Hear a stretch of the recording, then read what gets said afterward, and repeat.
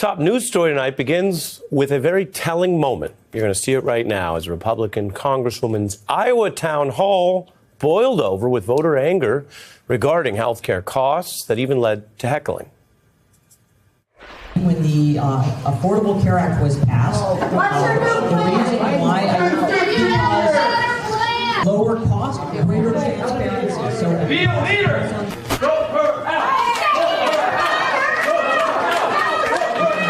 On the Affordable Care Act or the Unaffordable Care Act, there was no change.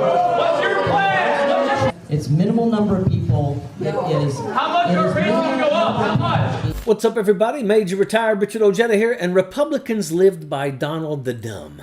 Now they're going to die by Donald the Dumb. Because the same monster they fed, protected, and worshipped like a golden calf is now dragging their entire party straight into the ditch. Advisors to President Trump are now acknowledging that they have an affordability problem. Polls do show Americans are blaming the president for how they feel about the economy, for their economic woes. Polls that the president just days ago called fake. Grocery costs have gone up, just like utilities. Most blame Trump. I'm going to leave this up for a second. When you see the 59% blame Trump, by definition, that includes people who voted for Trump. They were hoping for better. They might have liked what he said last year, but they blame him here on planet Earth in reality land because he's done very little to bring down the prices. He doesn't even hold events or talk about it, let alone do anything about it. Here's where the public is in their own words.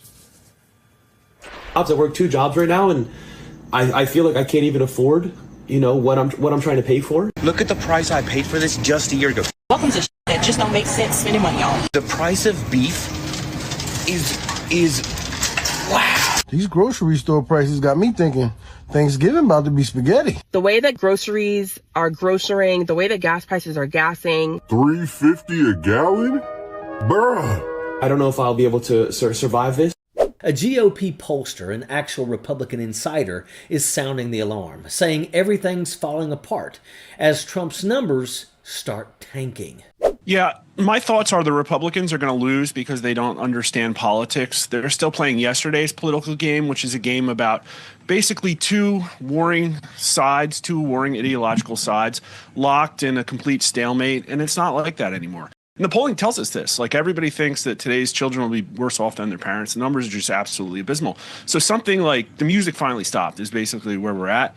And you have the Republican Party that's just like, well, they'll be fine just voting for us because nobody likes socialism. Well, we're getting to the point where people are considering socialism. And every Republican knows exactly why. Trump inflation, Trump chaos, Trump corruption, Trump fatigue. The bill has come due. And you can feel the panic on all of them. You can smell it within the GOP. And the emergency meeting with his cabinet after some Epstein emails were released, well, that proves it.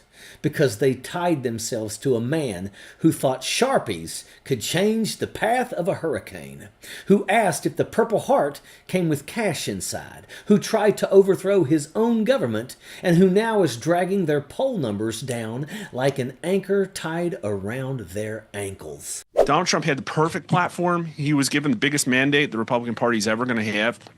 All he had to do was come in and literally just reform government and smash the oligarchy. And he's not gonna. GOP strategists are admitting that Trump is driving Republican support into the floor. And the new polling analysis, it's brutal. That revolt haunting the GOP, it's real. Because Trump's inflation rhetoric, the same nonsense he peddles at rallies, is now backfiring. Voters are blaming him, not Biden. His numbers are collapsing to Biden's level because the MAGA fantasy economy never existed. And here's the part that the MAGA cult doesn't want to admit. They did this to themselves. They let Trump define them. They let Trump speak for them. They let Trump hijack the party, wipe his feet on the Constitution, and treat democracy like one of his unpaid contractors. Now the base is fracturing. Independents are running, and the rest of the country is saying, we've seen this movie. No thanks. This isn't just a bad time for Republicans. It's the beginning of the reckoning. But clearly some of them, I think, just expected more out of a Republican Party and are not excited to go to the polls. Democrats are excited to go vote because they hate Trump, and that motivates them. On the right, unfortunately, what motivates them is smashing the oligarchy and burning the government down. And the right is not doing that. And so the left's going to get a chance. The pendulum's going to swing back, and this might be the last chance. I don't know. We got 355 days to an election, and the Republicans are going to lose this one. The pollster is absolutely correct. Everything is falling apart. And the GOP can't blame anybody else. Not Biden, not the media, not the deep state. This is the consequence of worshiping a man who can't spell consequence.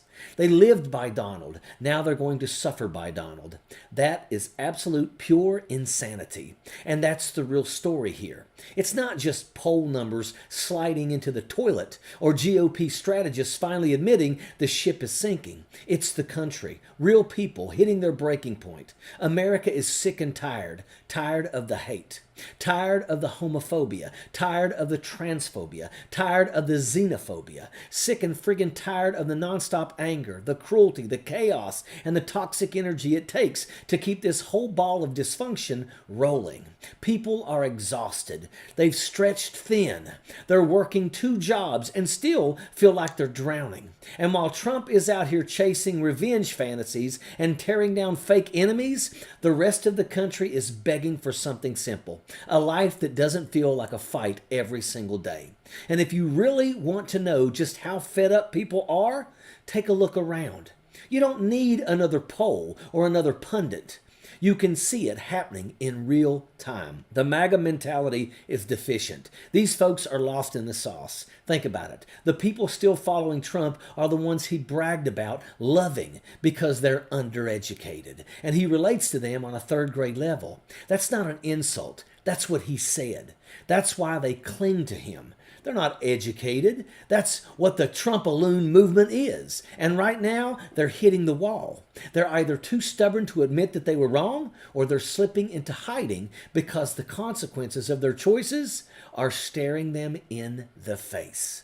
That's why when you look at the long lines stretching out from the food banks all over the country, you don't see the red hats anymore. Because deep down, they know. They know wearing a MAGA hat in a food line is like holding up a sign that says, "My stupidity helped put us here." And that's exactly why they are where they are. Pure, unfiltered stupidity. And the other part of this story, the part nobody, the GOP, the GOP wants to talk about, is mortgages today practically mean paying for your house for the rest of your life. If you die before it's paid off, your family is the one left holding the bag. The same goes for retirement. Everyone deserves the right to work 20 years and actually retire, not grind until their last breath. But look at what's happening now. Talk of 50-year mortgages, 15-year car leases, debt that stretches on forever.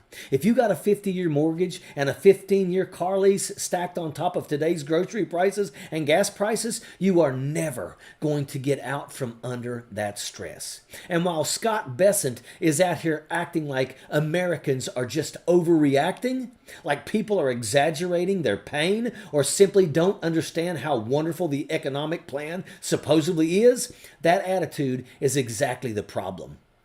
It's the same condescending mindset we see all through the Trump administration. If you're hurting, it must be your fault. If you can't afford groceries, you must be confused. If you say the economy is crushing you, well, you must not get it. But Americans do get it. They get it perfectly. They're not misreading anything, they're living it. And the Ari Melber panel made that crystal clear. And this is where the real sickness shows itself. Because while these cabinet members, who we all know are completely unqualified, get up on TV and talk down to the American people like we're imagining our own suffering, it's just unreal. Because there are real voices out there crying out.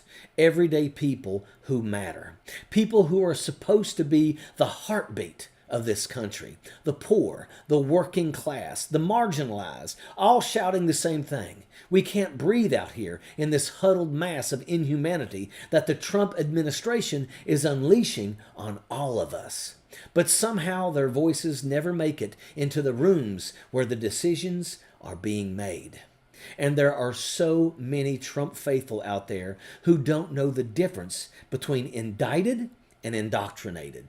People with third grade educations, anger issues, codependency issues, all kinds of problems on top of failing high school and living in squalor while sending all their money to these billionaires. Clowns like Scott Bessent walk around convinced that they're some kind of genius. But look at the real picture. What he's selling is a scam. There are millions of people struggling to pay rent, struggling to feed their kids, struggling just to make it through life. That's why people are out in these No Kings rallies across this country. This last election felt like a breath of hope. Like maybe we actually had a say. Like maybe we could still make a difference. And now, with the swearing in of Adelita Grijalva and all of these emails and revelations coming out, maybe there really is hope to flip this thing in the midterms, to win the presidency in 2028 and erase this damn orange stain that's been on this place in history like a wart on the ass of America. And that is an absolute fact. Sappers clear the way, airborne all the way.